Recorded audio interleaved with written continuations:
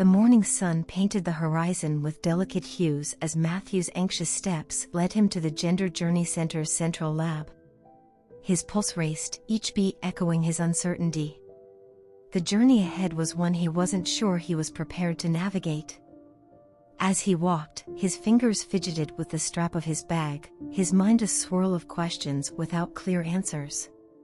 Inside the lab, Matthew's nerves heightened. The walls seemed to pulse with energy, sensing his apprehension. Sarah, his assigned guide, welcomed him with a soft smile.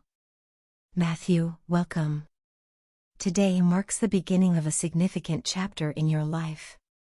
Dressed in the androgynous ensemble of soft green, a color symbolizing fertility in and his transition to come, Matthew met Sarah's gaze, his voice cautious. "I'm a little nervous, it's a lot to take in and prepare for." Sarah's reassuring touch on his arm sent a ripple of comfort through him. "Remember, you're not alone in this. I've been through this very journey before you, and trust me, it is a fulfilling one." With a small smile, she placed her palm on the slight swelling of her belly, indicating the new life growing within her. Indeed, a lot of the females working at the center were with child. It seemed they were also all happy to be there. Everything about Matthew's first few weeks at the center seemed catered to help his transition in some way, even down to the food he was allowed. Changes to his diet included replacing all protein with an abundance of fats, creams and soy products. He had also been given leafy greens and fresh salads of all types. The outcome of this diet had of course been a gradual loss of his muscle mass, only to be replaced by soft fat deposits. The lean muscle he had painstakingly built over his teenage years had been replaced with slender arms and soft rounded hips. "Shall we begin?" asked Sarah, indicating the large screen behind her. Matthew nodded and eased back into his chair as the screen flickered smoothly to life. As the video started, the screen came alive with scenes of traditionally male activities, sports, intense competitions, and confrontations. The visuals were hypnotic, drawing Matthew in as he watched men engaged in displays of aggression and dominance. His heart quickened, and a sense of unease settled in his chest. The soundtrack to the video was also discordant and generally made him feel disconnected from these actions, as if they were foreign to his core. As the video progressed, the intensity escalated. The screen depicted scenes of conflict, war, and chaos, the dark underbelly of male aggression. Matthew's unease grew, his hands tensing as he struggled to find a foothold in this world of power dynamics and turmoil. Anxiety knotted within him, each image a reminder of a past that was beginning to seem so distant to him. As the video faded away, he was aware of his heartbeat, quick and anxious as if he had been in a state of fight or flight. "How did you find that?" Sarah asked. Her own face was flushed with nervousness. Her reaction was likely more intense than Matthew's. "It made me nervous and anxious," said Matthew, his voice a little shaky. His eyes met Sarah's and he noticed her fingers clasped protectively over her bump. "Masculine activities are not meant for us. All that aggression and tension, it can be overwhelming. We need to leave those duties to the men in our society. Females need to be protected. Our place is to be nurturing and sensitive." Matthew felt himself nodding as she spoke. "I'm afraid I will have to leave you to watch the rest of the conditioning by yourself. After transitioning mentally like I have, the videos affect you deeply." And with that she left the room. Matthew sat through what felt like hours of similar footage. The scenes were increasingly stressful and scary. The intensity of the emotions that swept through him was unbearable. His heart thudding and a light sheen of perspiration appeared on his brow. Matthew realized he was starting to feel a slight terror at having to watch these scenes. Finally, when he could take it no more, he cried out, "Please, no more." And almost as soon as the words left his lips, the scene on the screen started to shift and change. An image appeared on the screen, that of a woman in a flowing gown amid a lush garden, vibrant with blooms. It was serene and a calming balm compared to the previous hours of conditioning. She stood, brushing her hair with a calm rhythm, a serene expression adorning her features. The sight was a tranquil portrait of femininity, a scene that resonated deeply within him and seemed to calm his nerves after the anxiety of moments ago.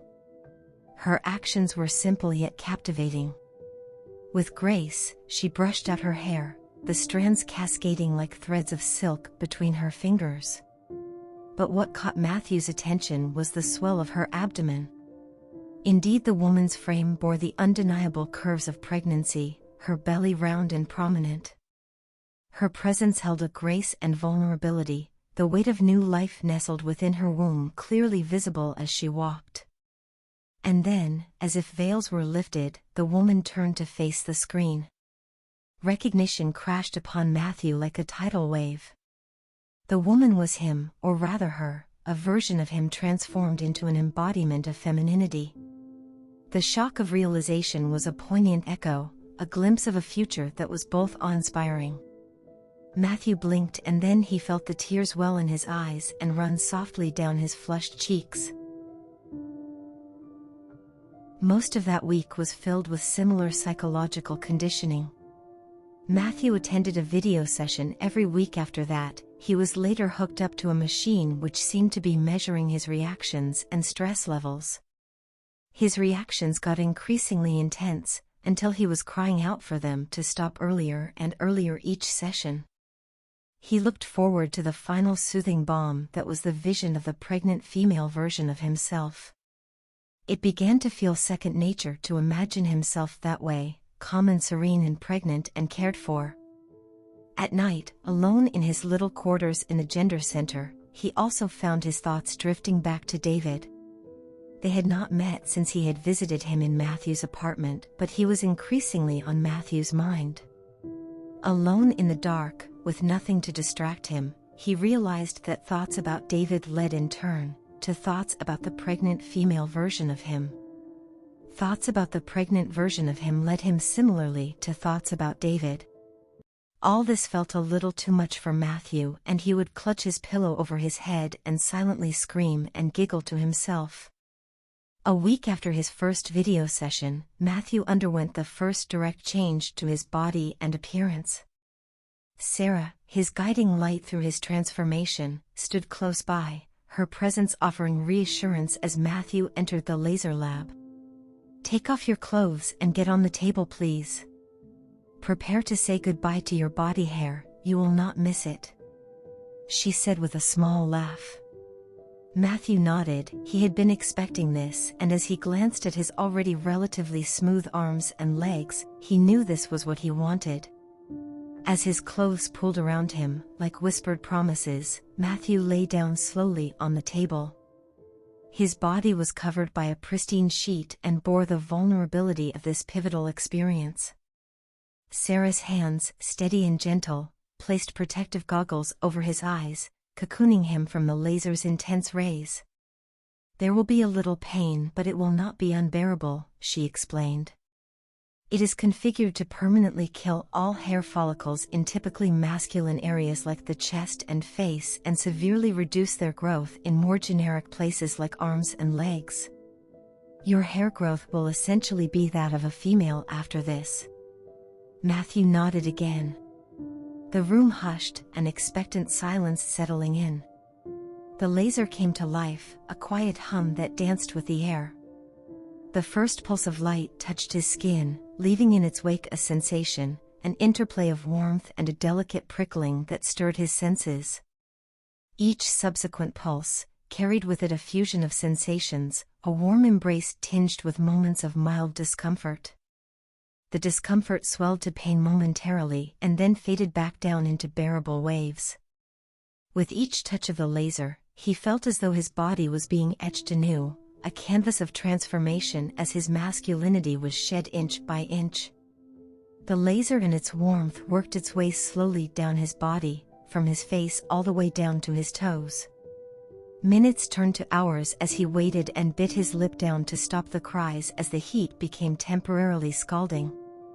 As the laser's chorus reached its crescendo, the procedure came to an end. Sarah's touch gently lifted the goggles from his eyes. The room slowly came into focus, and Matthew's gaze swept over the surroundings. He sat up, a newfound lightness in his movements, a raw sensitivity on his skin. As he met his own reflection in the mirror, a gasp of realization parted his lips. His skin was bare, smooth as polished marble. It was a sight that whispered of rebirth. Female rebirth. His fingers traced the contours of his newly hair-free skin, fingertips on smooth porcelain that glowed with soft warmth. Sarah's voice was a gentle breeze. "How does it feel, Matthew?" "I'm beautiful," he whispered to her. "Yes, honey, you are," she replied with a smile. That night, as he stepped into his room, there was a surprise waiting for him. His eyes fell upon a delicate package resting on his bed, a gift with a one-word label on the front. Amelia. As he unwrapped it, the soft fabric revealed itself, a delicate pink dress. Pink was the color of a transitioned female, no longer the promise but the final attainment of womanhood. With careful fingers, he slipped off his green androgynous clothes, watching them pool around him. He had shed so many layers these past few weeks, and he felt this would be another. He stepped into the dress. The pale fabric cascaded over his body, a gentle embrace that felt like a whisper of understanding. His fingers brushed over the silky material, the sensation against his newly smooth bare skin a symphony of comfort and vulnerability. The dress clung to his newly forming curves. He knew in that moment, standing in the undeniably female pink dress, that he was on the right path. This was what he wanted.